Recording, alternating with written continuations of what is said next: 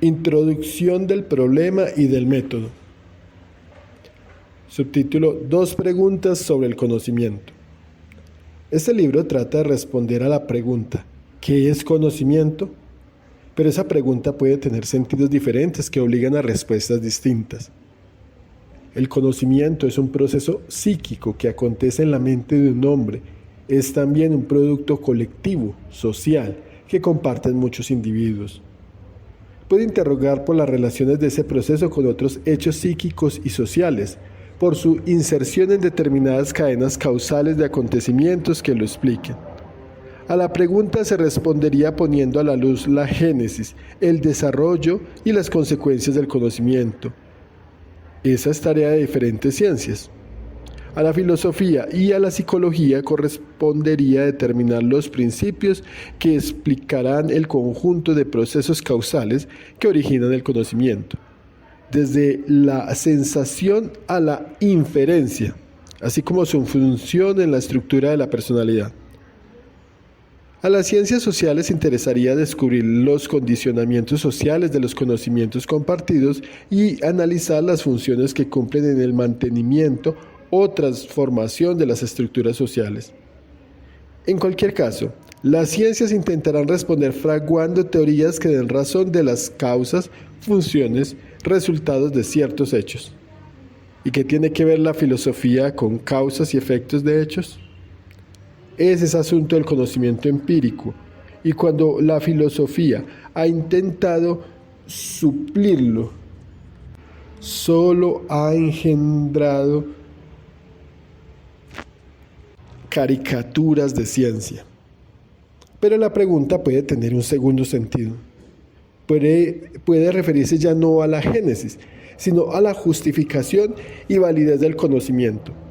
Querer decir, ¿en qué condiciones algo puede calificarse de conocimiento? Entonces intentaré responder analizando las notas que permiten distinguir el conocimiento de las creencias que no lo son. Mi análisis me llevará a conceptos correlacionados: creencia, justificación, verdad, entre otros. Ya no me importará descubrir las causas y consecuencias del conocimiento, sino las condiciones en que un pretendido saber está justificado o no, es verdadero o falso, corresponde o no a la realidad. Para ello no tendré que observar ni medir relaciones causales entre hechos reales. Tendré que analizar conceptos.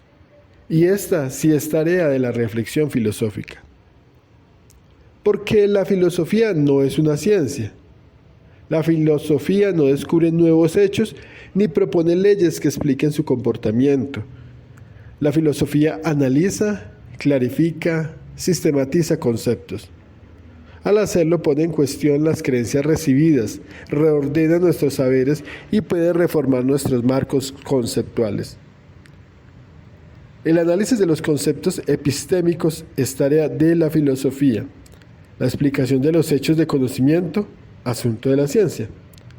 La pregunta por la verdad y justificación de nuestras creencias compete a la filosofía. La pregunta por su génesis y resultados a la ciencia. La teoría del conocimiento ha sufrido de la continua confusión entre ambos géneros de preguntas: psicologismo, sociologismo. Podrían llamarse a los dos aspectos de esa confusión. El primero ha sido el más frecuente. A lo largo de la historia de la filosofía, las auténticas cuestiones filosóficas se han mezclado con explicaciones ingenuas acerca de la adquisición y desarrollo de nuestros procesos de conocimiento. Muchas obras de teoría del conocimiento son una mezcla de análisis conceptual con psicología especulativa precientífica. Y esa confusión fue responsable del planteamiento de muchos falsos problemas filosóficos. El tratamiento de la percepción es un ejemplo. Desde la teoría de los eidola de los antiguos griegos hasta el sensualismo de Condillac, pasando por las especies de los escolásticos y las ideas sensibles de los empiristas, los filósofos se empeñaron en ofrecer explicaciones del origen de la percepción, que la filosofía y la psicología experimental arrumbarían definitivamente. Pero la confusión no se detiene en ese campo. La génesis de las ideas generales es otro tema que enfrentó a empiristas y racionalistas durante más de 2 siglos en polémicas interminables. El genuino problema filosófico sobre la validez a priori de ciertos conocimientos se confundió a menudo con el problema psicológico del origen, innato o adquirido de las ideas. Una confusión semejante revela, en fechas más recientes, el problema de la constitución de los objetos de conocimiento. Puede entenderse en 2 sentidos: como pregunta por las condiciones de la objetividad y como indicación de los procesos genéticos que conducen a la formación de un objeto en la mente. La primera es una cuestión clásica de la filosofía. La segunda compete a una psicología genética. No faltan investigaciones filosóficas importantes donde los 2 planos se entremezclan y confunden. Si la confusión psicologista fue predominante en siglos pasados, la sociologística suele serlo en algunos autores contemporáneos. El problema del condicionamiento social de las creencias no puede suplantar el de su justificación. Ambos responden a preguntas distintas. El hecho de que un conocimiento esté determinado históricamente no permite concluir su falsedad, ni siquiera su carencia de objetividad, ni su verdad es tampoco garantía de que carezca de condicionamiento social.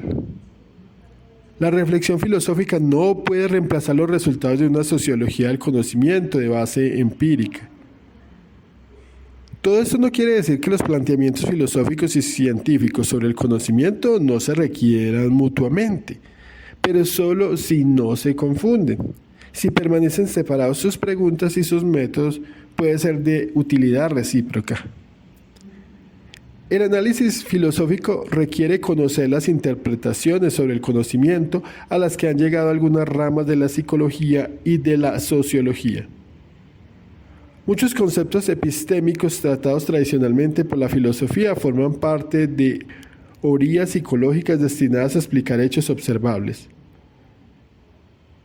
El filósofo no puede realizar un análisis de esas nociones sin contrastarlo con las definiciones que proponen los psicólogos. Se trata de conceptos que tienen en la actualidad un estatus fronterizo. No llegan a ser aún conceptos científicos, porque forman parte de teorías que no alcanzan una sistematización completa y no reciben en ellas una definición precisa. Las nociones de ciencia, de creencia, conducta, actitud, intención, razón, motivo, conocimiento, información, etc., suelen ser incorporadas a las teorías psicológicas con el significado vago que tienen en el lenguaje ordinario. En este estadio, en que las teorías psicológicas están insuficientemente estructuradas, el análisis filosófico puede servir para alcanzar una precisión y sistematización de los conceptos epistémicos, que facilite su incorporación a una teoría científica. Como determinar, por ejemplo, en una teoría psicológica las relaciones entre creencias y actitudes efectivas, entre saber y acciones, si no se precisan antes estos conceptos. El análisis filosófico puede ayudar a lograr la precisión requerida. Otro concepto fronterizo suministra un ejemplo más de la necesidad de relación entre el análisis filosófico y las interpretaciones científicas: el concepto de ideología. Si no se ha llegado a una teoría sociológica precisa de la ideología, es en gran medida por la ambigüedad de ese concepto. Con todo, su utilización en estudios históricos y sociales ha resultado provechosa. El análisis de los distintos sentidos de ideología, su definición precisa y la determinación de sus relaciones con los conceptos epistémicos fundamentales es un paso previo, indispensable, para la formulación de una teoría de la ideología que puede tener pretensiones de explicar los hechos. En todos esos casos, el análisis de los conceptos epistémicos puede servir, a la vez, al mejor planteamiento de problemas filosóficos tradicionales y al adelanto en la formulación de teorías científicas sistemáticas.